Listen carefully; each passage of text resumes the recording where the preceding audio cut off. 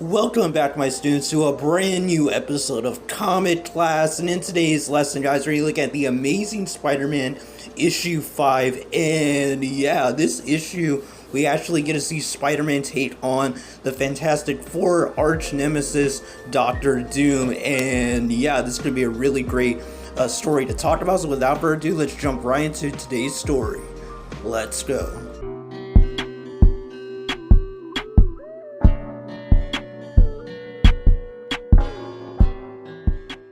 So this story pretty much starts off with Peter Parker with his classmates at a bowling alley, and basically they're hearing J. Jonah Jameson talking about Spider-Man, in a bad light.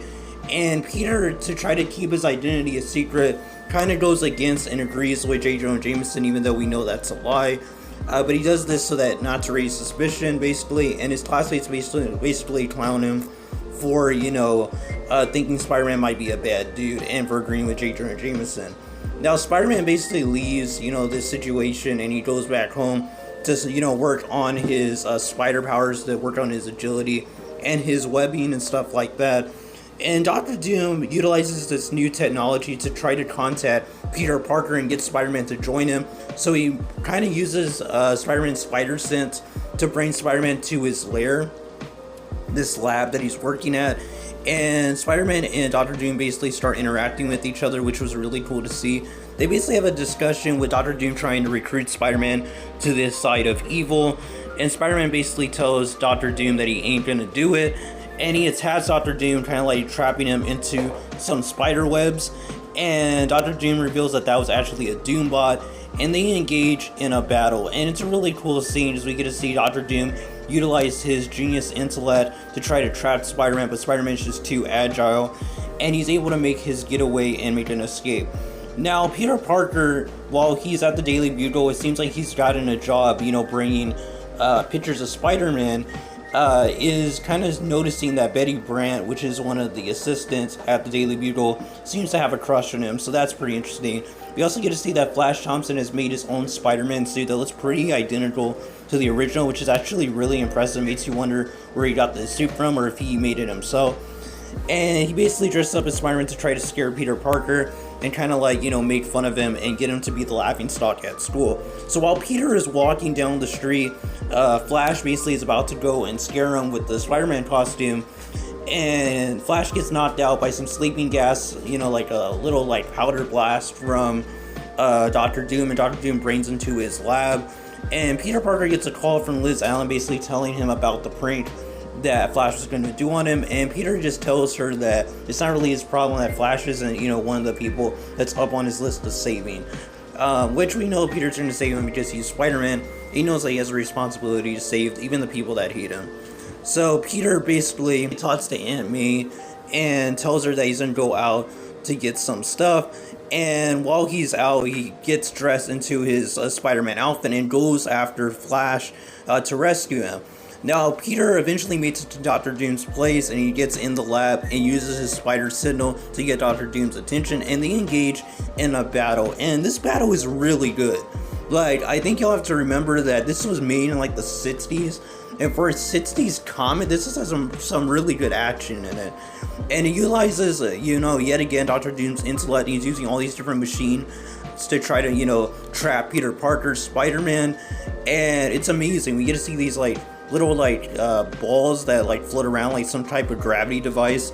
And Peter's just using his agility to try to dodge all this stuff. Eventually, Dr. Doom uses this type of death ray or something. And he actually equipped his own bodysuit to not be damaged by it if he gets hit by it. And the fight just keeps continuing. Eventually they get into a fist brawl. And they just start attacking each other. And Peter Parker, he's realizing that these hits are damaging him. Dr. Doom is no joke in the strength department.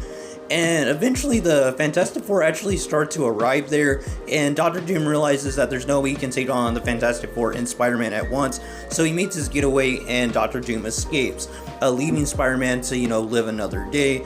So I'm pretty sure Spider-Man's glad that the Fantastic Four arrived, but, knowing that Flash is safe now, he just leaves Flash there.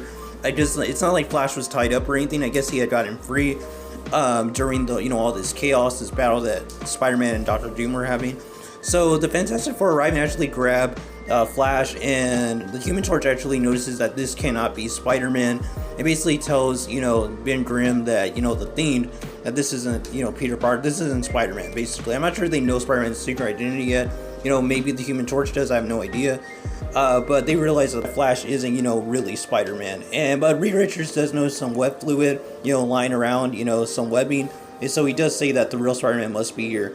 Now, Peter basically arrives back at, Aunt May's house, at their house, and he basically tells her that he wasn't able to get the fuses because he was scared to walk the dark streets alone, having to make an excuse so that she doesn't realize that he's Spider-Man.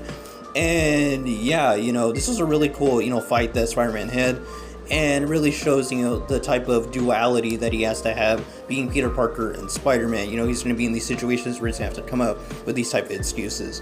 Now, Peter the next day goes to J. Jonah Jameson, and he basically gets, hassled about not getting pictures of the whole Spider-Man, Flash, and, Dr. Doom incident.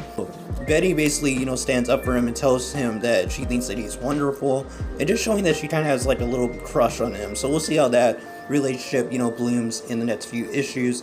And yeah, Peter goes back to, the college campus, and this is where he's overhearing Flash basically talking about how he wasn't scared of Dr. Doom. He basically got lucky that he left before he was able to pulverize him. And it's just, really funny as we got to see, Flash like crying, telling Dr. Doom not to, murder him and stuff earlier in the issue. So it's pretty funny to see that that's how Flash was acting when he was captured. But, once he's, in the public view, he has to act like this, huge tough guy. So I thought that was pretty funny. I like how Liz basically makes fun of Peter, saying that he must be jealous of Flash for being, a real He-Man. And it's just, funny because, like Peter says, that he has luck, but, it's all bad. And that's how the issue ends, with Peter basically, having to deal with everyone thinking that he's, like, some type of weakling. After fighting one of the strongest supervillains of all time, Dr. Doom, in the Marvel Universe. So yeah, Spider-Man's getting no respect still, so that's sad. But overall, that was the Amazing Spider-Man issue 5, The Battle with Dr. Doom. What a great issue, guys. I thought The Battle with Dr. Doom had some of the best choreography we've seen in these first 5 issues so far. The amount of detail that went into the strategy with Dr. Doom and Spider-Man's fight cannot be understated. It really shows that how ahead of the time they were in the 60s with the, Stan Lee and Steve Ditko, and how good of a team they actually made. Definitely deserve more credit, Steve Ditko and Stan Lee. Especially Steve Ditko, hardly ever gets credit. But as you can see with the choreography, with this artwork, but Steve Ditko knew how to make some awesome fight scenes for sure. But that's going to be all, guys, for today's video. I hope you guys enjoy. Be sure to tune in next time as we look at The Amazing Spider-Man issue 6. And yeah, I'm trying to, pump these out. I'm trying to get done with the Steve Ditko Stan Lee run. It's something I've been wanting to cover for a long time.